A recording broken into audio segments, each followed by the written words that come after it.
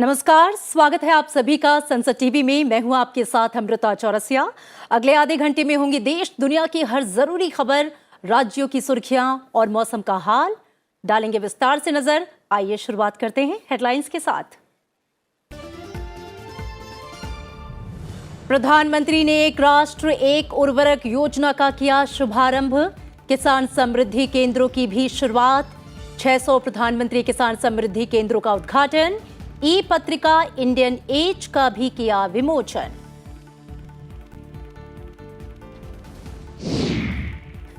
गुजरात में पीएमजेएवाईएमए योजना कार्ड का वितरण। कार्यक्रम में प्रधानमंत्री का वर्चुअल संबोधन। कहा, आज सरकार पात्र लोगों की पहचान कर दे रही है योजना का लाभ। कांग्रेस को 24 से अधिक वर्षों में एक गैर गांधी अध्यक्ष मिलना तय। अध्यक्ष पद के लिए मतदान संपन्न। 9,500 डेलीगेट्स ने डाला वोट। मल्लिकार्जुन खड़गे और शशि थरूर आमने सामने। जस्टिस डीवाई चंद्रचूड़ होंगे देश के अगले प्रधान न्यायाधीश। राष्ट्रपति द्रौपदी मुर्मू ने कानून मंत्रालय की सिफारिश को दी मंजूरी। 9 नवंबर को संभालेंगे पदभार।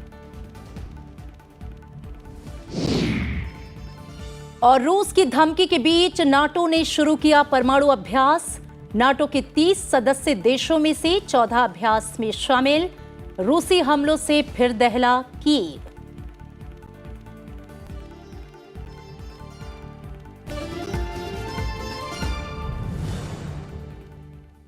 और आइए अब नजर डालते हैं कुछ और मुख्य समाचारों पर। सुप्रीम कोर्ट ने बीजेपी नेता सुब्रमण्यम स्वामी की याचिका को स्वीकार कर लिया है, जिसमें उन्होंने विभिन्न बैंकिंग घोटालों में आरबीआई अधिकारियों की कथित भूमिका की जांच करने को कहा था। कोर्ट ने इस मामले में नोटिस जारी कर सीबीआई और आरबीआई से जवाब मांगा है।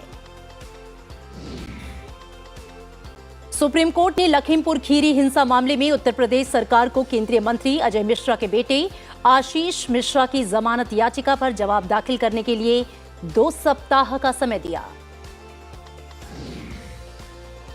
प्रवर्तन निदेशालय ने कथित धन शोधन के एक मामले में तेलंगाना राष्ट्र समिति के लोकसभा सदस्य एन नागेश्वर राव और उनके परिवार के सदस्यों की 80 करोड़ 65 लाख रुपए मूल्य की 28 अचल संपत्ति और अन्य संपत्ति अस्थायी रूप से कुर्क की है।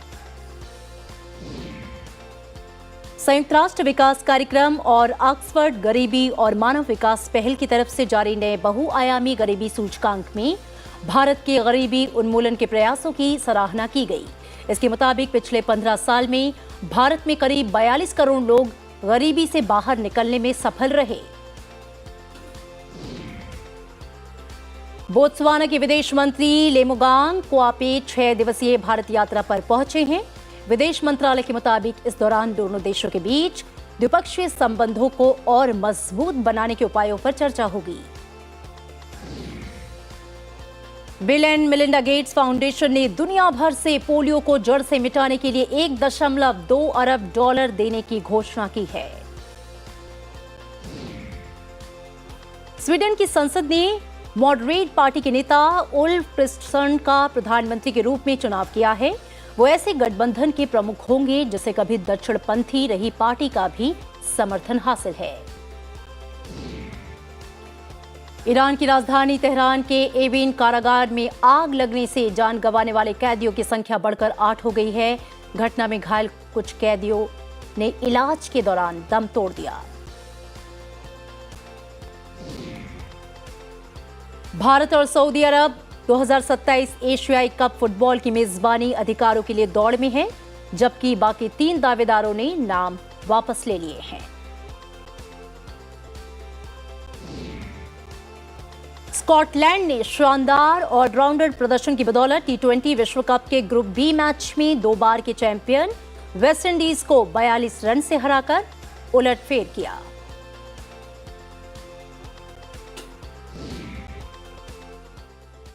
और आइए अब खबरें विस्तार से।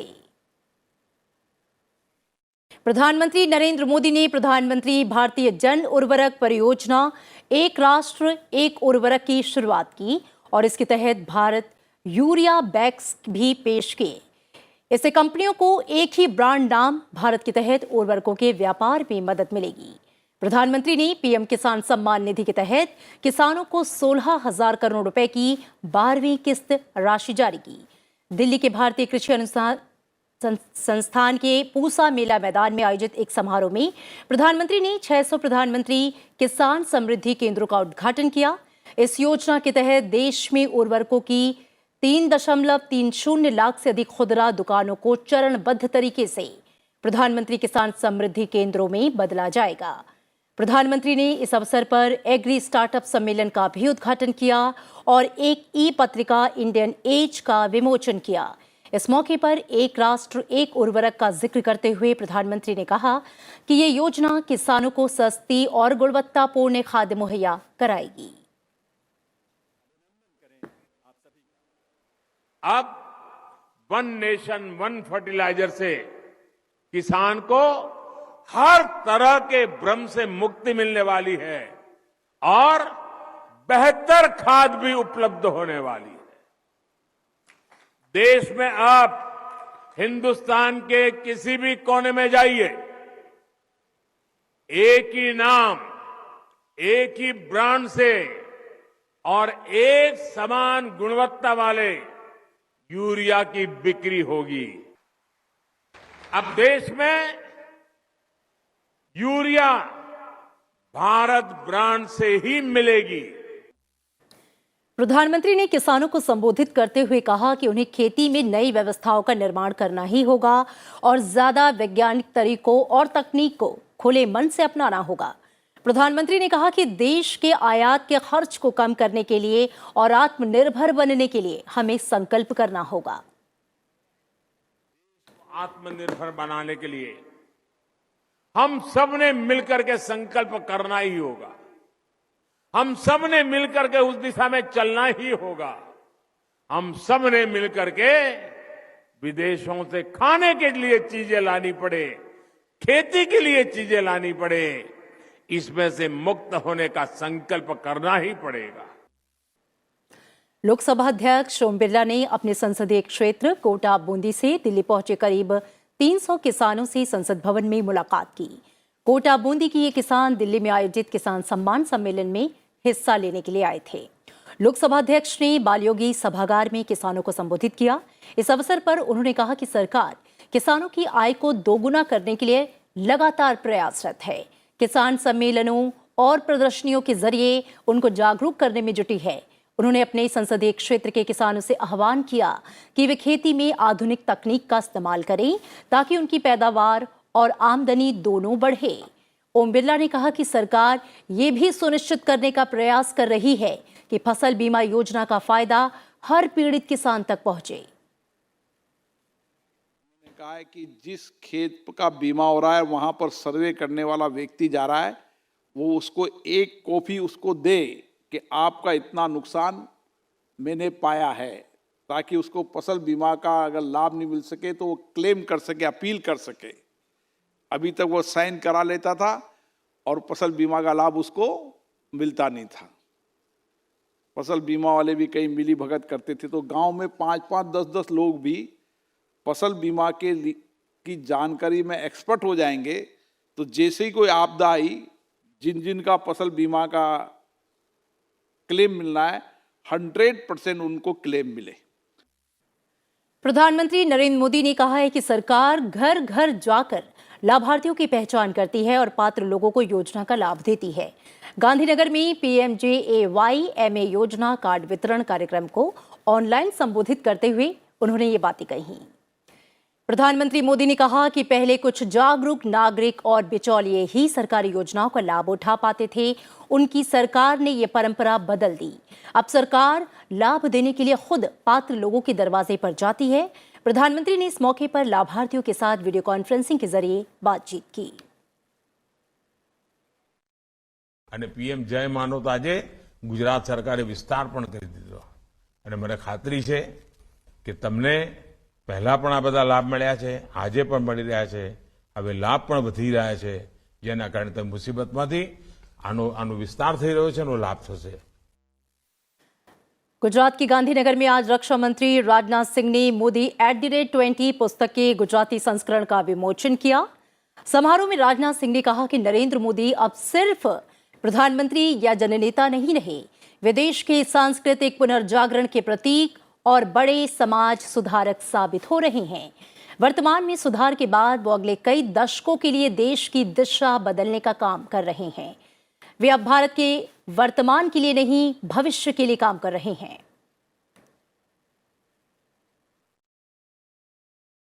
अब हमारे मोदी जी कई दशकों के लिए देश की दिशा बदलने का काम कर रहे हैं, यानी भविष्य। अपने गवर्नेंस और फैसलों से वे भारत के भविष्य के नियंता बने। वे अब भारत के वर्तमान के लिए नहीं, बल्कि मैं कहूंगा भारत के भविष्य के लिए इस समय काम कर रहे हैं। पाथ टू प्राइड थीम के साथ देश का अब तक का सबसे बड़ा डिफेंस एक्सपो कल से गुजरात के गांधीनगर में शुरू होगा। प्रधानमंत्री नरेंद्र मोदी 19 अक्टूबर को उद्घाटन समारोह में शामिल होंगे। गांधीनगर में प्रेस कॉन्फ्रेंस को संबोधित करते हुए रक्षा मंत्री राजनाथ सिंह ने कहा कि डिफेंस एक्सपो 2022 घरेलू रक्षा उद्योग की बढ़ती शक्ति का प्रदर्शन करेगा। उन्होंने कहा कि 5 दिन चलने वाला 12वां defence expo make in India, make for the world vision हासिल करने के लिए घरेलू रक्षा उद्योग के बढ़ते कौशल को प्रदर्शित करेगा। रक्षा मंत्री ने कहा कि एक्सपो के दौरान भारत अफ्रीका रक्षा वार्ता और हिंद महासागर क्षेत्र प्लस कॉन्क्लेव का उद्देश्य शांति और सुरक्षा को बढ़ावा देना और नई रक्षा और औद्योगिक साझेदारी स्थापित करना है। डिफेंस एक्सपो 2022 के दौरान 451 समझौता ज्ञापन, टीओटी समझौते और उत्पाद लॉन्च की उम्मीद है। स्टार्टअप्स के विकास को भी बढ़ावा देगा, जिससे वे ग्लोबल सप्लाई चेन में भागीदार बन सकते हैं और रोजगार के नए अवसर को भी यह जन्म दे सकते हैं। कांग्रेस का नया अध्यक्ष चुनने के लिए आज मतदान संपन्न हो गया। पार्टी के अंतरिम अध्यक्ष सोनिया गांधी, पूर्व प्रधानमंत्री मनमोहन सिंह, कांग्रेस के पूर्व अध्यक्ष राहुल गांधी, महासचिव प्रियंका गांधी समेत कई नेताओं ने वोट डाला। पार्टी मुख्यालय में पी चिदम्बरम ने सबसे पहले मतदान किया। उनके बाद पार्टी महासचिव जयराम रमेश, अजय माकन, मुकुल वासनिक, वरिष्ठ नेता अंबिका सोनी, विवेक तनखा और कई लोगों ने मतदान किया। कांग्रेस के वरिष्ठ नेता मल्लिकार्जुन खड़गे और शशि थरूर सोमवार को अखिल एआईसीसी अध्यक्ष पद के लिए चुनाव में आमने सामने हैं। इस चुनाव के बाद पार्टी को 24 से अधिक वर्षों में एक गैर गांधी अध्यक्ष मिलना तय है। कांग्रेस के करीब 9000 से अधिक डेलीगेट्स ने पार्टी प्रमुख चुनने के लिए मतदान किया।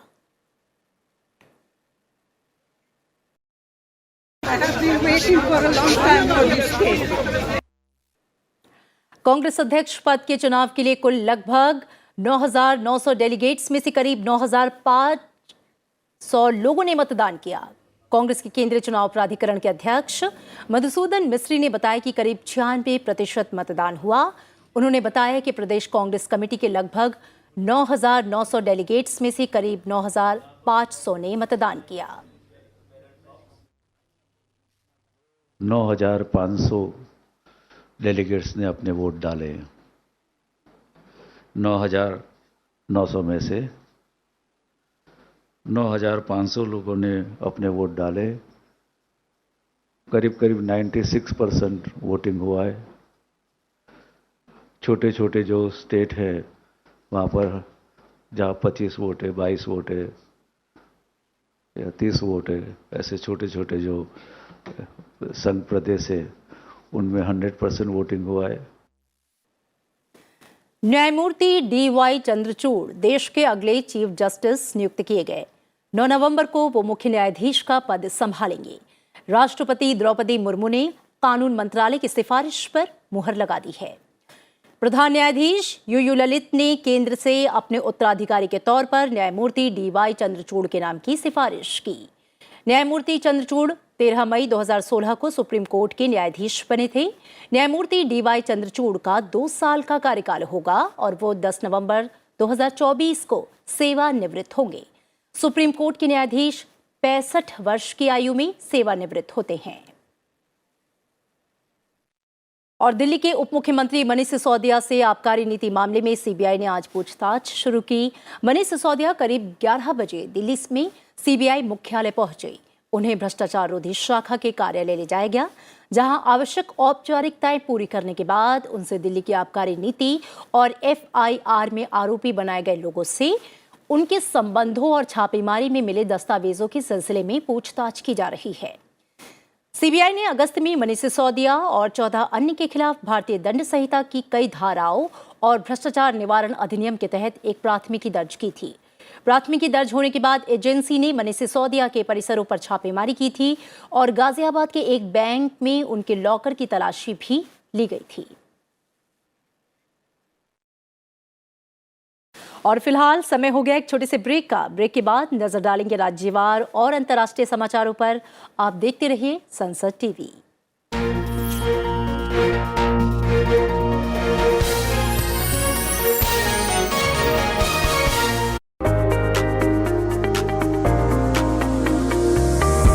The India Startup Story. Powerful ideas. Dynamic solutions. Innovation, enterprise.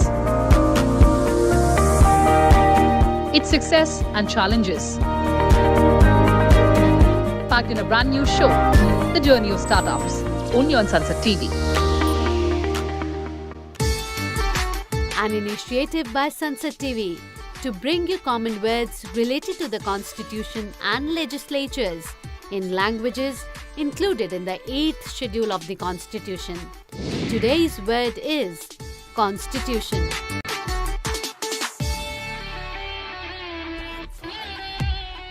अंग्रेजी में कॉन्स्टिट्यूशन और हिंदी में संविधान कहते हैं।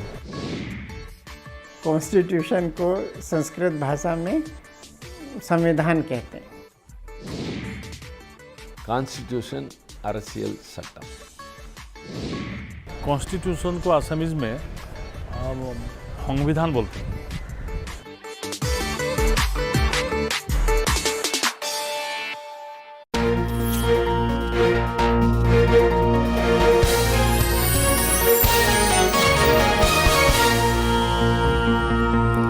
ब्रेक के बाद स्वागत है आपका। आप देख रहे हैं आज की खबर। बढ़ते हैं आगे और अब नजर राज्यों से जुड़ी खबरों पर।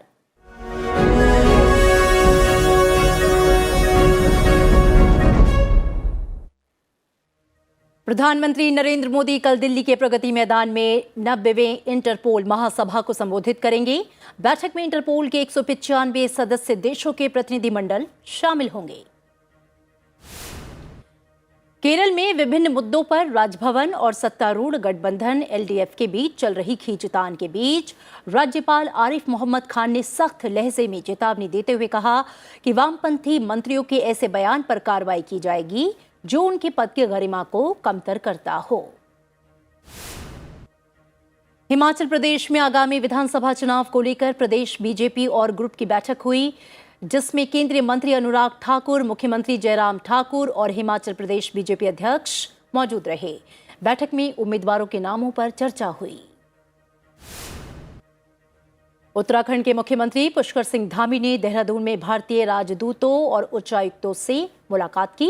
उन्होंने कृषि, पर्यटन, स्वास्थ्य देखभाल और ऊर्जा के क्षेत्रों में समन्वय करने पर चर्चा की। ओडिशा के मुख्यमंत्री नवीन पटनायक ने भुवनेश्वर में IBM क्लाइंट इनोवेशन सेंटर का उद्घाटन किया। मुख्यमंत्री ने कहा कि इससे प्रतिभाशाली छात्रों को रोजगार के अवसर मिलेंगे। तमिलनाडु में AIADMK पार्टी का 51वां स्थापना दिवस समारोह चेन्नई में MGR मेमोरियल हाउस में मनाया गया। इस दौरान AIADMK नेता O पनीरसेल्वम मौजूद रहे। पुंछ में सुरनकोट के सांगला इलाके में सुरक्षा बलों ने आतंकियों के ठिकानों का भांडाफोड़ किया। सुरक्षा बलों को यहां से कई हथियार मिले।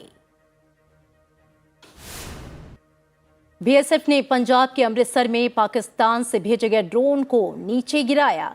जवानों ने रात में ड्रोन की आवाज सुनने के बाद फायरिंग कर इसे गिराया। इससे 2 किलो हेरोइन मिला है।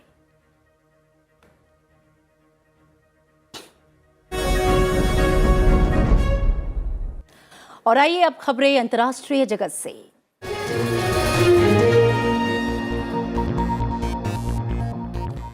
उत्तरी अटलांटिक संधि संगठन ने उत्तर पश्चिमी यूरोप में अपना वार्षिक परमाणु अभ्यास शुरू किया। इसकी योजना लंबे समय से बनाई जा रही थी। नाटो का यह अभ्यास ऐसे समय में हो रहा है जब यूक्रेन रूस युद्ध के बीच रूसी राष्ट्रपति व्लादिमीर पुतिन ने धमकी दी है कि उनका देश अपने भूभाग की रक्षा के लिए किसी भी साधन का उपयोग कर सकता है। नाटो के 30 सदस्य देशों में से 14 इस अभ्यास में हिस्सा ले रहे हैं। सैन्य गठबंधन नाटो ने कहा है कि इस अभ्यास में युद्धक जेट, निगरानी और ईंधन भरने वाले विमानों सहित लगभग 60 विमान शामिल किए जाएंगे। मुख्य अभ्यास रूस की सीमाओं से कम 1000 किलोमीटर दूर होगा। लंबी दूरी तक मार करने में सक्षम अमेरिकी युद्धक विमान B-52 को भी इस युद्धाभ्यास में शामिल किया जाएगा। इस अभ्यास को स्टीड फास्ट नून का नाम दिया गया है, जो 30 अक्टूबर तक चलेगा। नाटो ने इस अभ्यास से मीडिया को दूर रखा है। इस अभ्यास की योजना फरवरी में रूस की यूक्रेन पर हमले के पहले बनाई गई थी। यूक्रेन के कई शहरों में पिछले सप्ताह रूस की तरफ से किए गए हमलों के बाद मध्य कीव एक बार फिर से कई धमाकों से दहल गया। इस दौरान कई इमारतों में आग लग गई। हमले में रूसी बलों की तरफ से इस्तेमाल किए गए ड्रोन में ईरानी शाहिद शामिल थे। कीव पर पिछले दिनों किए गए हवाई हमलों में ज्यादातर मिसाइल शामिल थी। हमले में कितने ड्रोन का इस्तेमाल किया गया, इसकी संख्या फिलहाल स्पष्ट नहीं है। रूस हाल के सप्ताह में बिजली केंद्रों सहित बुनियादी ढांचे को लक्षित करने के लिए तथाकथित आत्मघाती ड्रोन का बार बार इस्तेमाल कर रहा है। ब्रिटेन के नए वित्त मंत्री जेरेमी हंट ने विवाद का विषय बनी हुई सभी कर कटौतियों को वापस लेने के साथ ही एक आपातकालीन वित्तीय बयान में महंगे ऊर्जा बिल समर्थन को भी कम करने की घोषणा की। जेरेमी हंट का ये बयान ब्रिटेन की राजकोषीय स्थिरता के बारे में बाजारों को आश्वस्त करने और अपने पूर्ववर्ती क्वासी क्वार्टेक द्वारा पिछले महीने पेश किए गए मिनी बजट से लगे झटकों को शांत करने की एक कोशिश है। जेरेमी हंट ने कहा कि ब्रिटेन की वित्तीय स्थिति में सुधार होने तक आयकर में 1 पेंस की कटौती के फैसले को अनिश्चित काल के लिए टाल दिया गया। पूर्व वित्त मंत्री क्वार्टेक ने अपने मिनी बजट में इसे अप्रैल 2023 से लागू करने का ऐलान किया था। इसके अलावा सरकार की ऊर्जा मूल्य गारंटी केवल अप्रैल तक ही सार्वभौमिक होगी, जबकि मूल रूप से योजना 2 साल के लिए थी। और चिली के तट पर तैरती दर्जनों डॉल्फिन ड्रोन फुटेज में कैद हुई हैं। चलते चलते आपको छोड़ जाते हैं इस खूबसूरत नज़ारे के साथ। रखिए अपना ख्याल, दीजिए इजाजत। आप देखते रहिए संसद टीवी। नमस्कार।